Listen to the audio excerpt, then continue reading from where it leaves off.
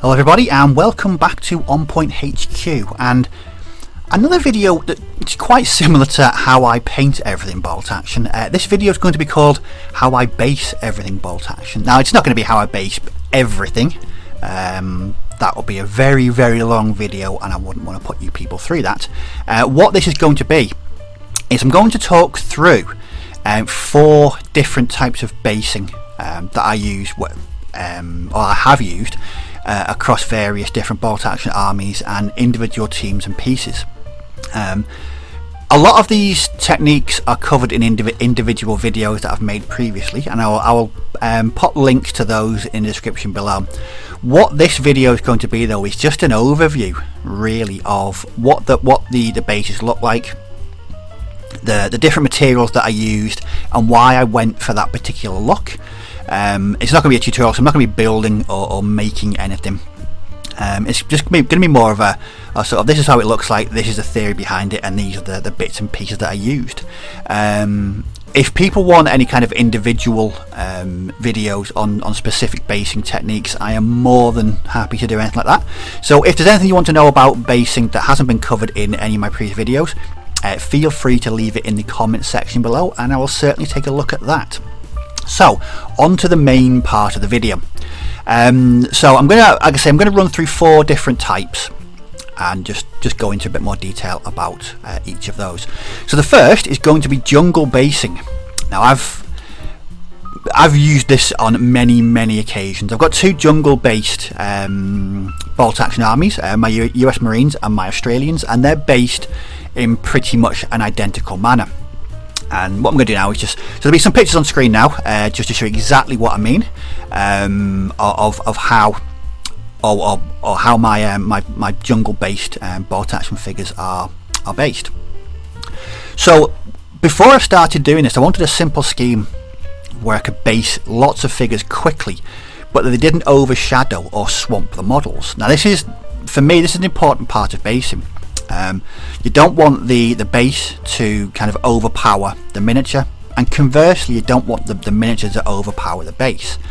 When you strike that happy medium, I think it really does give the individual model, the section, or the team, or what have you, a real lease of life. That's the best phrase to use. So what I was looking for was something that I could use as a base, but it would be quickly applied and wouldn't take too long. As I normally batch paint and batch base as well, I wanted a really simple way of doing this, and I settled on mixed herbs. You'll see that on the screen now. Very simple, very ordinary supermarket mixed herbs. These are cheap, they're easy to get hold of, and they look like jungle floor or jungle scrub. So the type of material you'd see on underfoot when walking through the jungle. And as soon as I started using it, I was like, this looks really good. So how do I go about applying it? Now, what I don't do is I don't glue it directly to the base. What I wanted was for the mixer to adhere to something. So what I use is my standard go-to grit, again on screen now. Add this to the base first, paint it any type of brown or green really, and then what I then do is just use PVA glue to add the mixed herbs on top of the grit. The grit's rough, and so the mixed herbs adhere to this really well, and it sticks, and you don't lose too many. You're going to lose a bit because it's kind of a fine material. Leave it to dry overnight and guarantee most of it will stay on. I've been using my jungle based bolt action armies for a couple of years, and there's very minimal loss of the base. So with that added, it was just in a case of adding bits of clump foliage and tufts. Again, not too many, as I didn't want the base to really overpower that the figure. When I did go a bit overboard, it was for the larger bases like I normally do, so for the mortar teams, the medium machine gun teams, anti-tank, artillery, etc. And again, there'll be some examples on the screen now of what I mean. So as you can see, I've gone a bit more in depth and a bit more in detail here. I've added a bit more clump foliage, some tufts, some logs, and also rocks. Now my rocks are made from corkboard, which I'll get to corkboard a bit more later in the video, as it's probably my favourite basing material, but I'll get to that at the later on in the video. So that is how I go about basing my jungle based figures, so my US Marines and my Australians. As you can see, it works really well. It's simple, I can get through a lot, but it does the trick, and I think it strikes that happy balance between complementing the figure but also the figure complementing the base. So after my Australians, what's next? So it's another one that I've really enjoyed working on, and it's my Stalingrad winter Germans. Now I wanted them based in Stalingrad because I wanted that kind of that rocky urban look, but again I wasn't quite sure how to go about making this actually on the base, but also making it something I can quickly get through rather than spending a couple of hours in each base, which is something that I really don't want to do. So I went for this. Now on the screen now you'll see it's a coarse grit that I use. It's all different sizes. It's quite big pieces down to really fine grade grit. But what I do is I combine this with PVA, and it makes a sort of it's a really like chunky material. I add this to the base, but when it dries, the PVA glue dries away and it leaves kind of uneven and rocky sections on the base, which really go a long way to looking like a ruined street or a ruined building.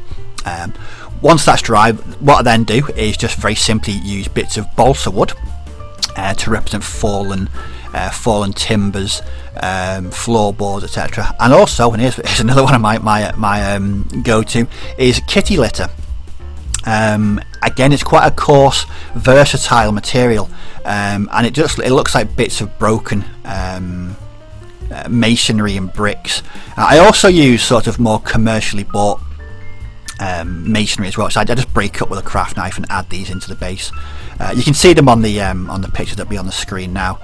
And then what I tend to do with the bigger bases, so the mortar teams, the medium machine gun teams, is use corkboard to make walls, add a bit more balsa wood, a few more rocks, just to give me that kind of a bit more detail, like I tend to do on the bigger side of basing, so team weapons, artillery and anti-tank.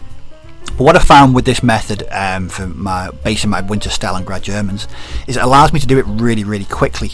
Again, just let it dry overnight, and it's really sturdy, it adheres well, and it just works. It looks, once it's painted and dry brushed, yeah, it looks really good. And that's something I'm going to continue doing on all my Stalingrad based troops. It's a technique that I use quite a lot. I'm quite familiar with it, so I know exactly what to do with that. Then it's just adding snow. Now the snow is just very simply everyone's our favourite, a mixture of bicarbonate of soda or baking powder and PVA glue. Some people add a drop of white acrylic paint into their snow mixture to fend off the yellowing. I've never had the yellowing on any time I've done this, so maybe it's just me. Maybe it's just because my bicarbonate soda is so old. It really is old. It just doesn't happen. But they're the bits and pieces that I use to make my Stalingrad Germans. Again, I've done a couple of tutorials, or not tutorials, but videos about how I make it in the past, and that these will be linked in the description below. So on to the third bolt action army, and it's my SAS Desert Raiders. Now before I even started making these, I knew that I wanted the bases to be a little bit different. I wanted them based in the desert, but I didn't want to do sand. So I went for a more kind of rocky, hard, dry desert floor rather than the sand dunes the sandy type that I could have easily used. Now for this was all based on corkboard. Now if you've seen any previous videos of mine about basing, you'll know how much I love corkboard. It's such a versatile material to work with. It's easy to chop up. You can snap it into irregular shapes. It dry brushes really well. You can glue things to it easily. You can add filler to it, and it just works so well. So with these, it was just a case of using a piece of corkboard, chopped to in half to make the height slightly higher or slightly less higher than the actual corkboard itself. The sides were built up just using PVA glue and grit, and these were just painted and dry brushed. The bases took no time at all to make. Again, I've done a short video about this that I'll link in the description below, and it shows in more detail how I go about making it. But again, the theory behind this was that I wanted very, very simple, minimal looking bases, because I wanted to represent that kind of barren, rocky desert floor. So there's no tufts, there's no clump foliage, there's no desert shrubberies, there's nothing like that. It's just very, very plain, simple basing. But once you combine that with the painted figures, in my opinion, it works really, really well. And this is one. I mean, it's very simple, but I was so made up with the finished product. And again, for any desert projects I'm going to do in the future, this will be the go-to technique that I will be using. So on to the last one. Now this is more of a scenic base rather than a sort of basing an entire army. What I've been doing recently, specifically on my late war Germans, is making really unique scenic bases for individual teams or just individual figures. So the example on screen now will be my rendition or my representation of Major Koenig, the sniper. As you can see, I went a bit to town on this base because I really wanted, as it's such a unique figure, I wanted to give it a unique base as well. So what I've used to make this, I wanted it set again in an urban setting such as Stalingrad. Corkboard to build the base, so to build the floor and the wall. The window frame is just balsa wood added but using PVA glue to the outside of the broken window frame there. And the window is just very simply a bit of plastic cut from a blister box or a blister pack.